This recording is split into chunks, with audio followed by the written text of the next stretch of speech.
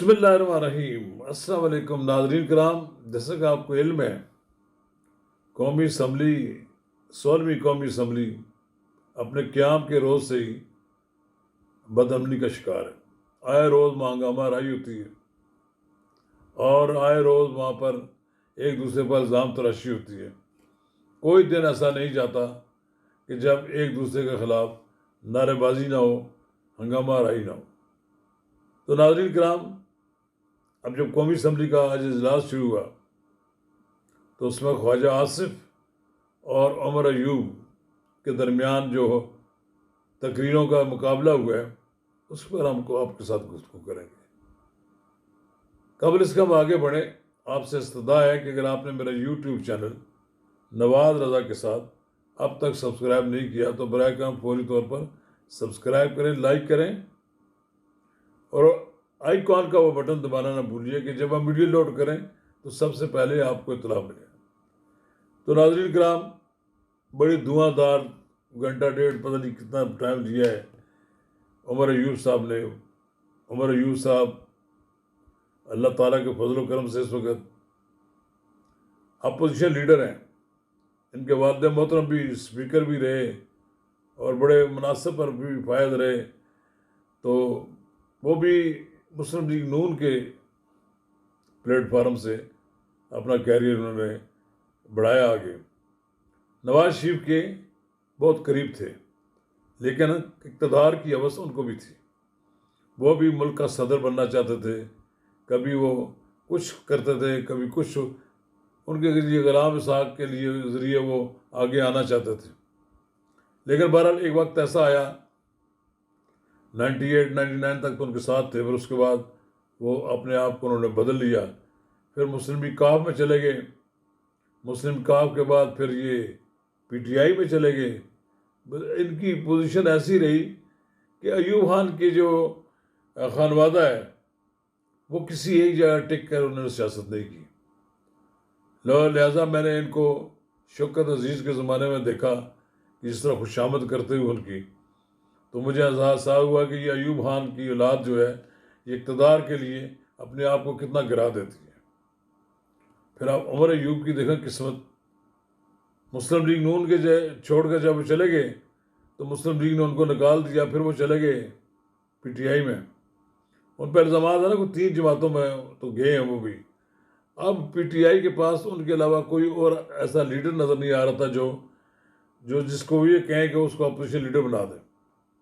लेकिन जब वो अपोजिशन लीडर बनते हैं तो उन्हें भी अपने अबाव अजदाद की तरफ देखना पड़ता है कि वो उनका कैरियर कैसा रहा है। ज़ाहिर है ये अपनी लेगेसी तो नहीं ख़त्म कर सकते। अयूब खान की औलाद हैं जिन्होंने पहली बार मुल्क में मार्शल लॉ लगाया। तो आज तकरीर की तो उन्होंने अपनी तकरीर में बड़ा धूमधाम से ये कहा कि आइन की खिलाफ वर्जी जिसने की, जिसने आइन को मअतल किया और उस पर गद्दारी का मुकदमा चलना चाहिए। अपोजिशन बेंचों से तकरीर की गई, तय ये हुआ था कि अपोजिशन का लीडर तकरीर करेगा तो कोई इसमें मुदाखलत हुकूमत नहीं करेगी। वही हुआ। लेकिन जब ख्वाजा आसिफ ने उनका जवाब देना चाहा, जो पार्लिमानी लीडर है मुस्लिम लीग नून के इस वक्त, तो उन्होंने कहा सबसे पहला martial law field marshal Ayub Khan ने लगाया था। उन्होंने तो ये कहा कि नाम नहाद फील्ड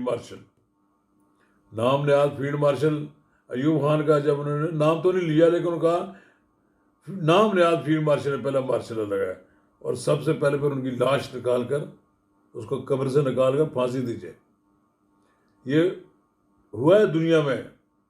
बरतानिया में ऐसा हुआ है कि उन जो जनरल की लाश निकाल कर बाहर फांसी दी गई और एक दुनिया को बताया गया कि मार्शल लॉ लगाने वालों का ये अंजाम होता है।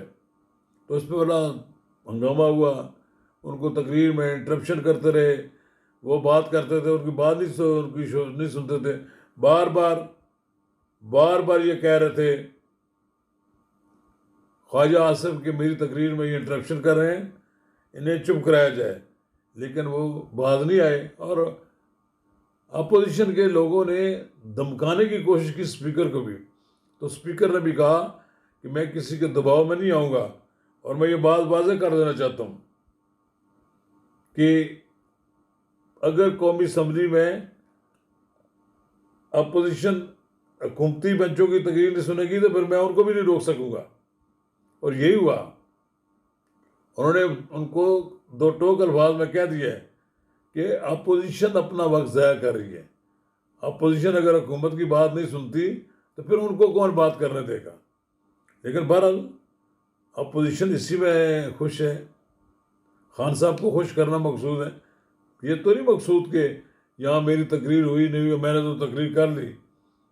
लेकिन खान साहब के जो ये पैरोकार हैं ये अपने आप को इस तरफ ले जा रहे हैं कि ऐसा लगता है कि वो ना खेडांगे ना खेडण देवांगे। लेकिन एक बात बड़ी अहम है कि जिस शख्स को इमरान खान ने अपोजिशन लीडर बनाया है तो उनके भी बैगेज उनके पीछे बहुत है। उनका भी माजी का जो किरदार है वो भी कोई बहुत अच्छा नहीं है। ये सब मुस्लिम लीग नून के परवरदा हैं। कल तक ये सारे लोग नवाज शरीफ का बैग उठाने वाले थे, उसके सामने खड़े होते थे, बैठते नहीं थे जब तक नवाज शरीफ ना कहे। नवाज शरीफ की खुशामद करते थे और फिर जब परवेज़ मुशर्रफ का दौर आया तब खुशामद तो वो उसने गिने। ख्वाजा आसफ तो बड़ी तकरीर करते हैं ना, फिर बंदे लोगों को चीखें निकाल देते हैं। फिर उन्होंने कहा कि इनका फलाना वालिद था, फलाना। उन्होंने कहा ये सारे सियासी वालिद, ये नहीं कहा कि आपके कोई वालिद है। वालिद तो उनके गोर अयूब थे। मैंने 1968 में की जो मूवमेंट थी अयूब खान के ख़िलाफ़ तहरीक में, उसमें मैंने हिस्सा लिया। मैं उस वक्त गवर्नमेंट कॉलेज अस्कर माल की स्टूडेंट यूनियन का जनरल सेक्रेटरी था। अब्दुल रशीद शेख जो पीपल्स पार्टी में चले गए वो सदर थे। हमने अयूब खान के ख़िलाफ़ तहरीक में हिस्सा लिया है, हमें ये क्रेडिट जाता है। लेकिन पर एक बात तो बड़ी वाज़ेह है कि अयूब खान का पोता लोगों को जमहूरियत का दर्स नहीं दे सकता। उन्हें अपने गिरबान में देखना पड़ेगा। अगर ख्वाजा आसफ के वालिद ख्वाजा सफदर को ये ख्वाजा सफदर के बारे में ताना दिया जाता है कि उसने डिक्टेटर से का साथ दिया, लेकिन वो रियल मुस्लिम लीगी था। उन्होंने सारी ज़िंदगी मुस्लिम लीग का परचम सरबुलंद किए रखा। साइकिल पे कोर्ट जाते थे। वो एक दरवेश सिफ्त आदमी थे। उनका क्या मुकाबला किया जा सकता है अयूब खान के साथ। अयूब खान तो फौजी वर्दी में आए थे और फिर इस मुल्क को तोड़ रख्त करके चले गए। इसके अलावा उनका कोई कंट्रीब्यूशन नहीं है। उनके जबर से, उनके लूट मार से और उनके गैर जमहूरी रवैये से पाकिस्तान दो टुकड़े हो गए।